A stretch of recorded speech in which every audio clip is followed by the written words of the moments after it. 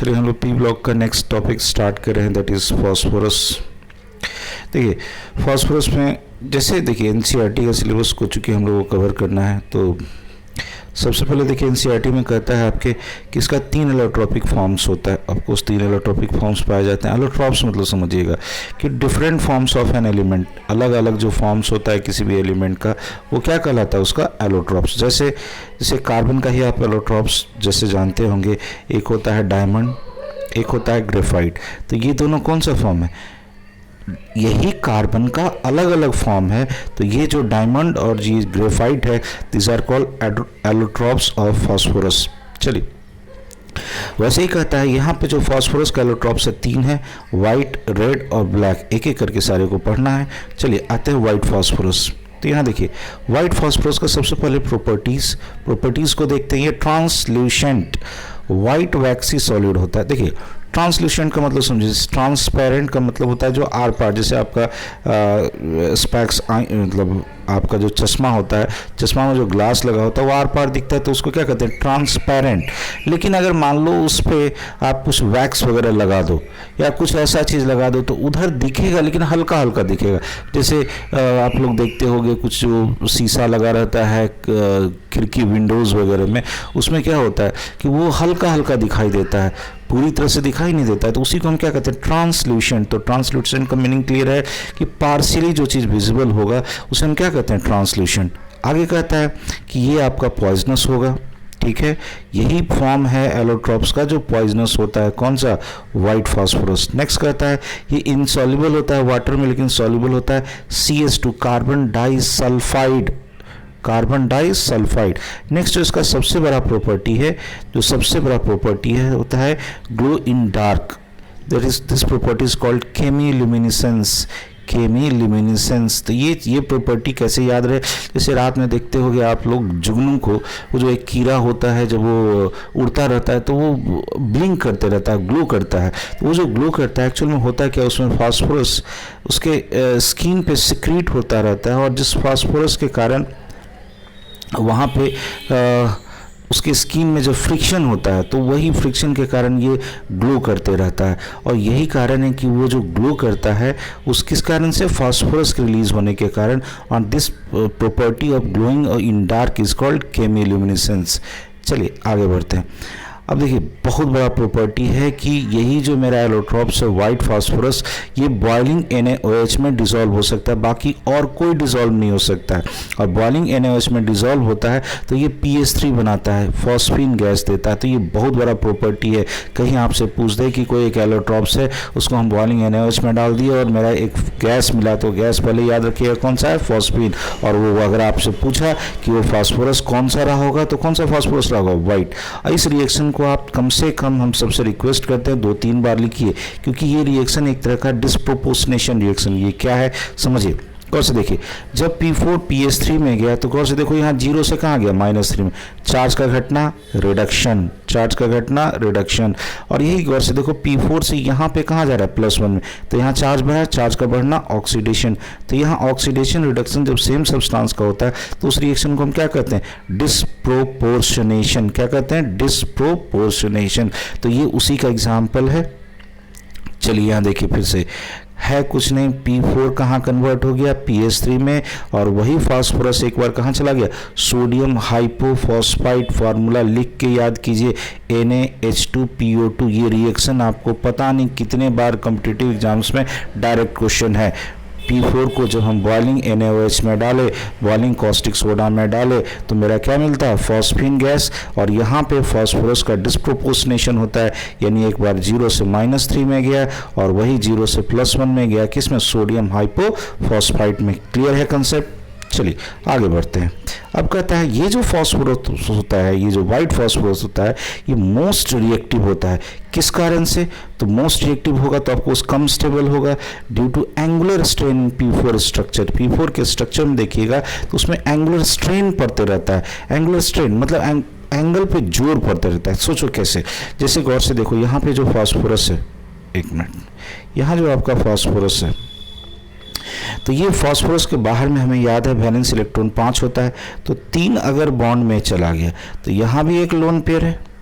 अब बताओ कि यहाँ एक लोन पेयर है और 3 सिग्मा है, तो हाइब्रिडाइजेशन क्या होगा, sp3। sp3 का आप जो नॉर्मल शेप जानते हैं वो क्या होता है, टेट्राहेड्रल। और टेट्राहेड्रल में बॉन्ड एंगल भी आपको पता होगा 109 डिग्री 28 मिनट। बट यहाँ देखो तो बॉन्ड एंगल है कितना, 60। एक बात बताओ, आपको बैठने के लिए जगह इतना चाहिए, कितना चाहिए, 109 डिग्री 28 मिनट। हम आपको बैठने के लिए जगह 60 दे रहे हैं, मतलब आपको मान लो कि 109 इंच अगर जगह चाहिए आपको बैठने के लिए, हम आपको 60 ही इंच अगर बैठने के लिए देंगे तो आपको बैठने में दिक्कत होगा। वही दिक्कत यहाँ होता है। तो वो जो जोर पड़ता है, कौन सा जोर, फिर से देखोगे ये एंगल और ये एंगल कितना होना चाह रहा है, ये एक्सपैंड करना चाह रहा है, मतलब ये चाहता है कि हम अपने आप को इतनी दूरी पे कर ले, इतने दूरी पे कर ले ताकि मेरा एंगल कितना हो जाए, 109। यानी इस एंगल में जोर पड़ रहा है। यही जो जोर पड़ता है उसको क्या कहते हैं, एंगुलर स्ट्रेन। और जिसके कारण ये लेस स्टेबल है और कहीं भी पानी में डाल दो, हवा में डाल दो, हल्का सा कुछ भी मिल जाए या फिर हवा में डाल दो तो ये बर्न करने लगता है। तो क्यों बर्न करता है, क्योंकि यहाँ खुद ये स्ट्रेन है, वो स्ट्रेन है, किसी से रिएक्ट करेगा और तो दूसरे सब्सटेंस में जाना चाहेगा क्योंकि वो अनस्टेबल है due to angular strain. Clear है कंसेप्ट। चलिए आगे बढ़ते हैं। यही कारण है कि ये क्या करता है, ये कैचेस फायर इन एयर। ये एयर में क्या होता है, आग लग जाता है, किसका, फास्फोरस का।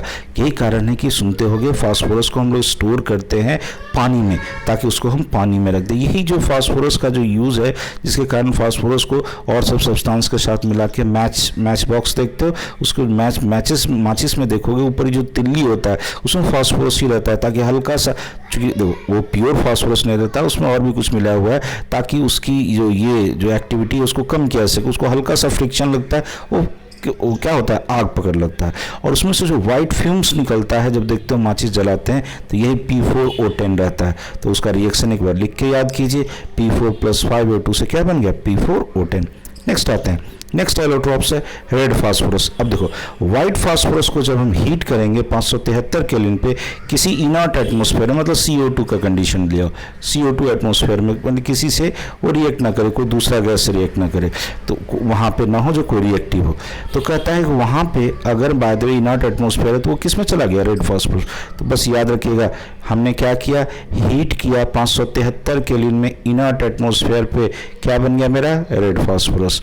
अब गौर से देखो, चूंकि हम इसको व्हाइट को हीट कर चुके हैं तो इसमें क्या होगा, वो स्ट्रेन टूट गया होगा। अब क्या होता है, ये नॉन पॉइजनस होता है, do not glow in dark, less reactive हो जाता है और ये लीनियर फॉर्म में आ जाता है। तो गौर से देखिए यहाँ पे वही P4 का ये वाला जो था बॉन्ड और ये बॉन्ड था, ये दोनों टूट गया और इस तरह से ढेर सारा ये बॉन्ड बन गया। तो ये जो ढेर सारा बॉन्ड बन गया, तो जब ढेर सारा एक जगह जुड़ जाएगा तो इसको हम क्या कहेंगे, पॉलीमर। पॉली मतलब क्या होता है, ढेर सारा, और मर मतलब क्या होता है, यूनिट। तो सिंगल यूनिट ढेर सारा जब एक जगह जुड़ गया तो ये पॉलीमेरिक फॉर्म बन गया। क्लियर है। अब कहता है कि चूंकि ये पॉलीमेरिक फॉर्म में आ गया, स्ट्रेन खत्म हो गया, तो इसकी रिएक्टिविटी क्या हो जाएगी, व्हाइट फास्फोरस से कम हो जाएगी। क्लियर है कंसेप्ट। चलिए आगे बढ़ते हैं। अब आते हैं ब्लैक फास्फोरस पे। यहाँ देखिएगा ब्लैक फास्फोरस में 2 फॉर्म होता है, एक अल्फा और एक बीटा। अब देखिए ये बनता कैसे, जैसे हमने आपको अभी कुछ देर पहले बताया था, व्हाइट फास्फोरस को हम 573 केल्विन पे हीट किए थे इनर्ट एटमॉस्फेयर में, तो क्या बना था, रेड फास्फोरस। अब देखना यहाँ रेड फास्फोरस को 803 केल्विन पे फर्दर आप हीट कर दो, वो अल्फा ब्लैक बना लेगा, अल्फा ब्लैक फास्फोरस बनेगा। लेकिन बीटा ब्लैक फास्फोरस देखो कैसे बनता है, वो डायरेक्ट व्हाइट फास्फोरस से बनता है।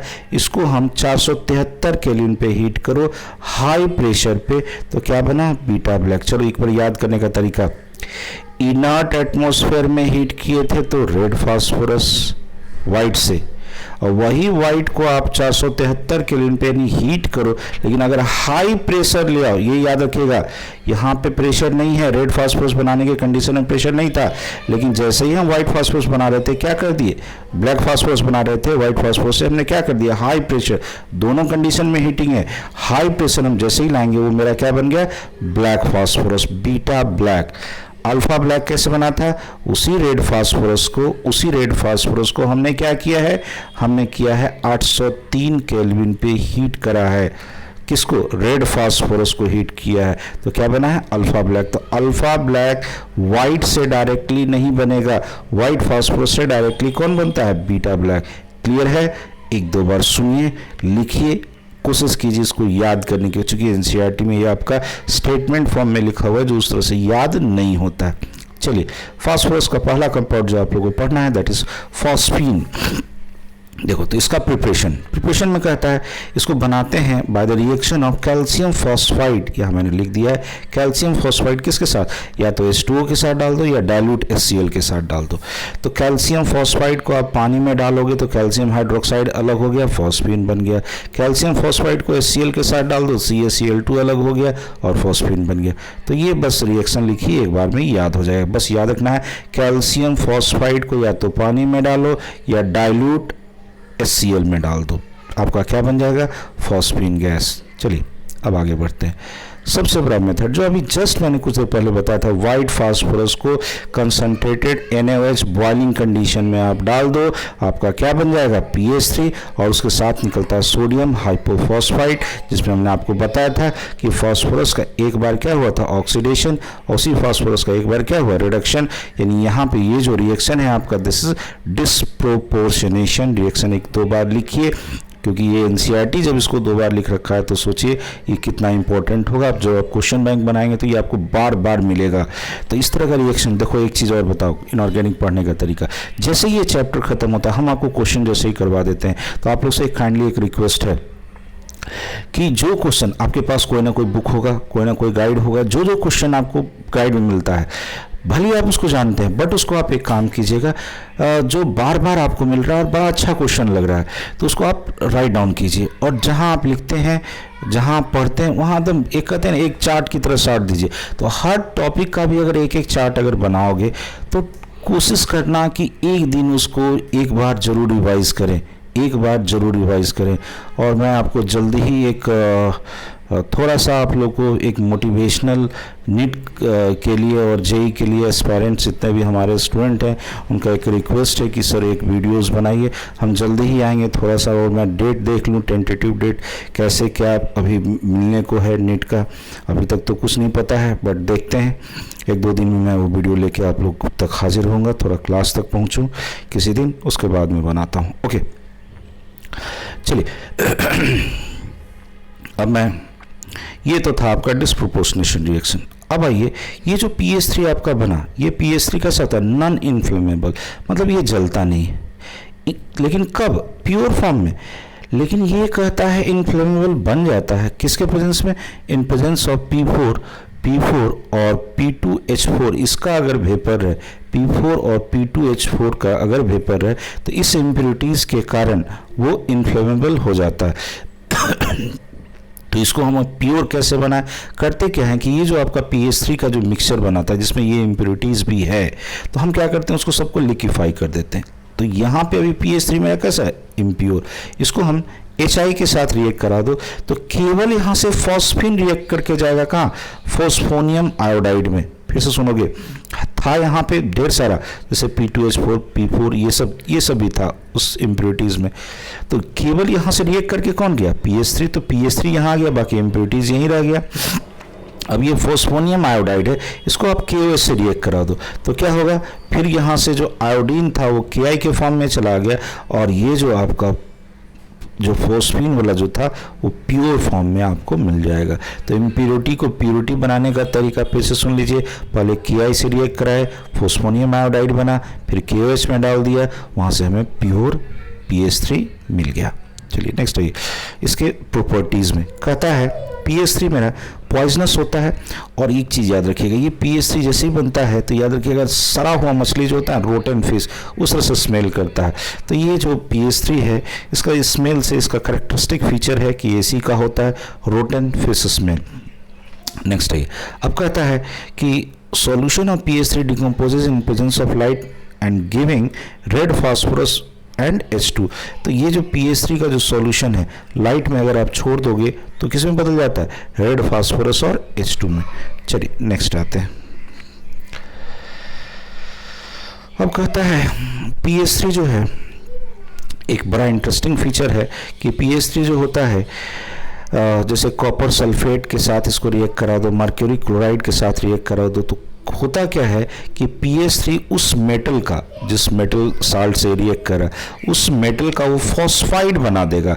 कहता है फॉर्म्स दियर फॉस्फाइड, फिर से पढ़िएगा, PH3 absorbed in copper sulphate and mercury chloride solution form their phosphide, यानी कॉपर का फॉस्फाइड बना दिया, यहाँ मरकरी का फॉस्फाइड बना दिया। तो कुछ नहीं, एक बार रिएक्शन लिखिए, कॉपर सल्फेट का PH3 के साथ कॉपर फॉस्फाइड बन गया, तो आपको यहाँ से H2SO4 निकल जाएगा, यहाँ से क्या होगा H और Cl निकल जाएगा, और यहाँ मरकरी का फॉस्फाइड बन जाएगा। चलिए आगे बढ़ते हैं।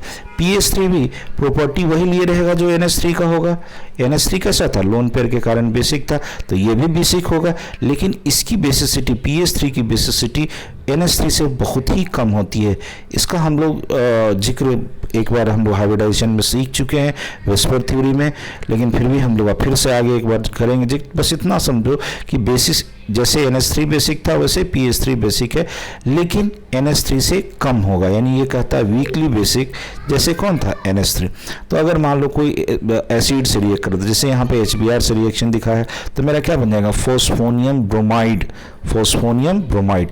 चलिए आइए इसका सबसे इंटरेस्टिंग फीचर, ये एक नाम लिखा हुआ है होल्म सिग्नल और स्मोक स्क्रीन आपके NCERT में।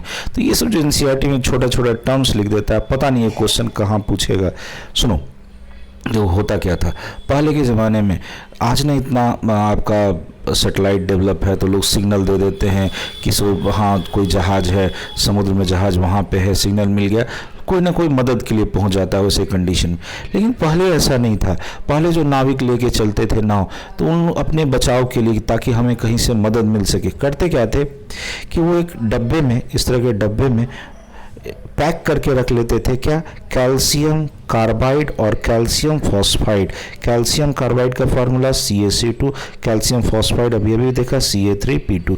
इन दोनों का वो मिक्सर लेकर के इस डब्बे में पैक कर देते थे। अब क्या होता था कि जैसे कभी मान लो इसकी हमें ज़रूरत पड़ी, कि हमें मदद की ज़रूरत पड़ी, तो इस डब्बे में ये है, इस डब्बे को छेद कर देते थे। तो छेद करने से क्या होगा, पहले ये एयर के कांटेक्ट में आया, उसके बाद इसको हम पानी में फेंक देते थे। तो जैसे ही पानी में फेंके, तो अब गौर से देखो, यहाँ पे जो CaC2 और Ca3P2 जो था, ये दोनों किसके कांटेक्ट में आएगा, वाटर के कांटेक्ट में आएगा। अब आप बताओ, कैल्शियम कार्बाइड से क्या बनेगा, एसिटिलीन। क्या बनेगा, एसिटिलीन। और कैल्शियम फॉस्फाइड का पानी के साथ रिएक्शन होगा तो क्या बनेगा, फॉस्फीन। इन दोनों गैस के कारण, और चूंकि फॉस्फीन बनेगा तो ऑफ कोर्स उसके साथ इम्प्योरिटीज भी रहेगा, यही दोनों के कारण वो जैसे ही पानी में जाता है एकदम आग लग जाता है। और इतना ज़्यादा, मतलब ऐसा नहीं कि वो केवल बर्न करता है, धुआं निकलना शुरू करता है, और इतना ज़्यादा स्मोक बनता है कि वो कहा जाता है कि 5-10 किलोमीटर दूर से भी, इवन दो उससे ज़्यादा, मतलब 10-10, 20-20 किलोमीटर दूर से वो स्मोक की तरह दिखाई देता है। लोग को पता चल जाता है कि कोई ना कोई वहाँ से सिग्नल दे रहा है। तो यही जो सिग्नल जो डेवलप किया गया था फॉर दी उसके लिए जो लोग सेल करते थे, तो यानी कि नाविक के लिए, तो उसी सिग्नल को नाम दिया गया था होल्म सिग्नल, क्योंकि वो साइंटिस्ट के नाम पे है, होल्म सिग्नल। और चूँकि वो स्मोक जो निकलता है उसको एज ए स्क्रीन की तरह यूज़ करते हैं, so it is called smoke screen. चलिए एक बार इसको पढ़िए। कहता है when container containing calcium carbide, वही CaC2, and calcium phosphide Ca3P2, कहता है RPS, जैसे छेद किए वहाँ एयर गया एंड थ्रोन इन सी, पानी गया, क्या बना, फॉस्फीन और acetylene. Gases evolves and burns, सब as a signal known as Holme signal, also used as smoke screen. Clear है, एकदम क्लियर रखिए, कंसेप्ट नहीं होता है तो दो बार सुनिए, क्योंकि ये सब चीज़ बुक्स में नहीं मिलता है। चलिए अब आते हैं नेक्स्ट कंपाउंड, इसका पढ़ना है फास्फोरस हैलाइड। फास्फोरस हैलाइड में हमको पहला पढ़ना है ट्राई हैलाइड। चलिए सबसे पहले व्हाइट फास्फोरस को लिमिटेड क्लोरीन के साथ, वो भी क्लोरीन कैसा रहना चाहिए, ड्राई, लिमिटेड ड्राई क्लोरीन के साथ रिएक्ट कराओगे तो आपका PCl3 बनेगा, पहला। दूसरा कहता है थायोनाइल क्लोराइड। थायोनाइल क्लोराइड का फॉर्मूला देखो, SOCl2, अभी जस्ट आएगा SO2Cl2, तो नाम क्लियर रखिएगा। SO2Cl2 होता है सल्फ्यूराइल क्लोराइड और SOCl2 होता है थायोनाइल क्लोराइड। ये इसमें नाम जितना बार अगर लीजिएगा वो सब याद हो जाएगा, लिखते वक्त लिखिए। अब वही कहता है फिर से व्हाइट फास्फोरस को थायोनाइल क्लोराइड के साथ रिएक्ट कराओ, आपका PCl3 बन गया। और यहाँ पे एक कंपाउंड बनता है S2Cl2, नाम कुछ नहीं है, एक दो बार पढ़िए, डाई सल्फर डाइक्लोराइड, इसका कोई स्पेशल नाम नहीं है, डाइक्लोराइड। चलिए, तो यहाँ पे आपका PCl3 बना। कैसे, फिर से बोलो, व्हाइट फास्फोरस को पहले limited supply of dry chlorine से तो PCl3, फिर उसी व्हाइट फास्फोरस को थायोनाइल क्लोराइड के साथ तो PCl3। अब कहता है इसके प्रॉपर्टीज़ पे आइए। कहता है जो PCl3 है जब हाइड्रोलाइज होता है मॉइस्चर में तो ये देता है H3PO3। क्या देता है? H3PO3। तो PCl3 को हम मॉइस्चर यानी पानी के साथ रिएक्ट किया, क्या बना दिया? H3PO3। जस्ट आगे पढ़ेंगे, PCl5 होगा तो H3PO4 बनेगा, PCl3 है तो H3PO3 है, और यहाँ पे HCl गैस के फॉर्म में, हल्का सा फ्यूम्स के फॉर्म में निकलता है। अब चलिए, PCl3 as a chlorinating agent होता है ऑर्गेनिक कंपाउंड में। कहाँ पे? जिसमें ऑर्गेनिक कंपाउंड के साथ रिएक्शन होगा जिसमें OH ग्रुप होना चाहिए। तो OH ग्रुप याद करो कहाँ कहाँ होता है, जैसे आपका एसिड यहाँ COOH है, अल्कोहल COOH है। तो यहाँ पे होगा क्या, इस OH को हटा के एक Cl आ जाएगा। तो गौर से देखो, तो इस OH को हटा के यहाँ Cl आया है, फिर यहाँ पे इसी OH को हटा के यहाँ Cl आया। तो करना क्या है, इस OH ग्रुप के साथ कहता है रिएक्शन करेगा ऑर्गेनिक कंपाउंड में जिसमें भी OH ग्रुप होगा, तो OH ग्रुप को हटाएगा और Cl वहाँ जाके जुड़ जाएगा। तो ये कैसा काम किया? As a chlorinating agent. एक बार रिएक्शन लिखिए, एकदम याद हो जाएगा। चलिए नेक्स्ट आते हैं। अब कहता है फास्फोरस पेंटाक्लोराइड, ट्राइक्लोराइड हो गया था, अब आते हैं पेंटाक्लोराइड में। कौन से देखिए, हमने आपको जस्ट अभी कहा था लिमिटेड क्लोरीन दिए थे तो क्या बना था? PCl3। व्हाइट फास्फोरस को ही हम एक्सेस ड्राई क्लोरीन में डाल दिए तो PCl5 बना। ठीक है, अभी हमने वहाँ पे पढ़ा था SOCl2, वहाँ पे क्या था? सल्फोनाइल क्लोराइड, सल्फोनाइल कहते थे, तो वो था thionyl chloride. SO2Cl2, this is sulphuryl chloride, this is sulphuryl chloride. वही व्हाइट फास्फोरस को जब हम SO2Cl2 के साथ रिएक्ट कराते हैं तो अब क्या बनता है? PCl5। फिर से याद करो, व्हाइट फास्फोरस SOCl2 के साथ PCl3, SO2Cl2 के साथ PCl5। अब आते हैं इसके हम प्रॉपर्टीज पे। जैसे वहां पे था कि PCl3 अगर हाइड्रोलाइज हुआ था तो आपका बना था H3PO3, वैसे PCl5 अगर हाइड्रोलाइज करेगा तो यहाँ आपका बनेगा H3PO4। गौर से देखिए, इसी रिएक्शन को देखिए जो कि 2 स्टेप में आपका लिखा हुआ है। फिर से गौर से देखिएगा, वही PCl5 है, कहता है hydrolyses in moist air and forms POCl3 पहला स्टेप में, और फाइनली फिर क्या बना दिया? H3PO4। देखिए क्या हुआ, PCl5 था मेरा व्हाइट फास्फोरस, हाइड्रोलाइज हुआ POCl3 बना, और POCl3 फिर से हाइड्रोलाइज हो गया, क्या बन गया? H3PO4। क्लियर है? अब कहता है PCl5 को अगर आप स्ट्रॉन्ग हीट अगर करोगे तो फिर से वो डिकम्पोज हो जाता है किसमें? PCl3 और Cl2 में, यानी कि ये PCl5 PCl3 से भी स्ट्रॉन्ग क्या होगा? क्लोरीनेटिंग एजेंट। तो क्लोरीनेटिंग एजेंट क्या करता है? अभी आपको जिस मैंने बताया था, OH ग्रुप किसी भी ऑर्गेनिक कंपाउंड का हटाएगा और वहाँ जाके वो जुड़ जाएगा। कैसे देखो, OH को हटा के Cl लगा दिया, यहाँ भी एसिड के केस में OH को हटा के Cl लगा दिया। कुछ नहीं है, बस रिएक्शन को लिख जाइए। चलिए, अब कहता है ये जो PCl5 है फाइनली डिवाइडेड मेटल्स, जैसे कौन है? टीन, आपका यहाँ पे सिल्वर है और टीन, कहता है इसके साथ अगर हीट कर दो किसको? PCl5 को, तो उसका क्लोराइड बना देता है। तो देखो यहाँ पे सिल्वर क्लोराइड बन गया, यहाँ पे कौन से देखो क्या है? ये है स्टैनिक क्लोराइड। टीन का भी 2 तरह का ऑक्सीडेशन स्टेट एग्जिस्ट करता है, एक +2 और एक +4। यहाँ पे +4 होगा तो यानी कौन होगा? Stannic chloride. चलिए आगे बढ़ते हैं। अब कहता है ये जो मेरा PCl5 होता है ये सॉलिड स्टेट में अगर एग्जिस्ट करता है तो आयनिक फॉर्म में, ये पता नहीं कितना बार क्वेश्चन पूछा है कि PCl5 आयनिक फॉर्म होगा या कोवेलेंट फॉर्म होगा। तो सॉलिड स्टेट में पहले याद रखिएगा कौन सा है? आयनिक सॉलिड। यही गैसियस और लिक्विड में ऐसे एग्जिस्ट नहीं करता है, तो कभी ही कैसे आयनिक सॉलिड होगा? चेक करो, जैसे ये PCl5 है मेरा, PCl5 को जैसे 2 मोल ले लो, तो 2 मोल में से एक क्लोरीन अगर यहाँ से यहाँ चला गया तो जहाँ से चला गया वहाँ प्लस और जहाँ आ गया वहाँ माइनस। तो गौर से देखो ये क्या बन गया मेरा? कटायन। और यहाँ पे गौर से देखो, यहाँ पे टोटल Cl कितना है? 4। तो 4 के साथ अगर बॉन्ड बनाएगा तो स्ट्रक्चर कैसा होगा? टेट्राहेड्रल। और यहाँ 6 के साथ 6 क्लोरीन है तो इसका स्ट्रक्चर कैसा होगा, ऑक्टाहेड्रल। तो चलो याद करो, PCl5 जो सॉलिड स्टेट में था वो आयनिक सॉलिड था, तो एक बना PCO4 प्लस, क्यों प्लस, क्योंकि यहाँ से Cl माइनस चला गया तो टेट्राहेड्रल कटायन, यहाँ Cl माइनस आ गया तो ऑक्टाहेड्रल अनायन। क्लियर है कंसेप्ट? चलिए आगे बढ़ते हैं। अब कहता है इसका स्ट्रक्चर को देखो, इसका स्ट्रक्चर देखिएगा PCl5 का, तो हमने आपको बताया था कि गैसियस और लिक्विड स्टेट में ये कोवैलेंट स्ट्रक्चर में रहता है, कोवैलेंट सॉलिड होता है। ये इसका स्ट्रक्चर देखो, ट्राइगोनल बाई पिरामिडल। ट्राइगोनल ये देखो, ये ट्राइगोनल है, और पिरामिडल मतलब गुंबद है। एक गुंबद ऊपर है और एक गुंबद कहाँ है, नीचे। ये इसका एंगल 90 डिग्री होगा और यहाँ 120 होगा। क्लियर है? अब यहाँ पे देखो, यहाँ पे जो मेन प्रॉपर्टीज है जो हम आपको एक बार हल्का सा पीछे भी बताए थे कि 3 PCl इक्विटोरियल बॉन्ड है, यानी ये वाला जो क्या है, ये सब इक्विटोरियल बॉन्ड है। जो गौर से देखिए यहाँ पे ध्यान दीजिएगा, ये मेरा इक्विटोरियल बॉन्ड है, ठीक है। और कहता है 2 PCl एक्सियल बॉन्ड, ये वाला जो बॉन्ड है, ये बॉन्ड कैसा है, ये बॉन्ड मेरा है एक्सियल बॉन्ड। क्लियर है?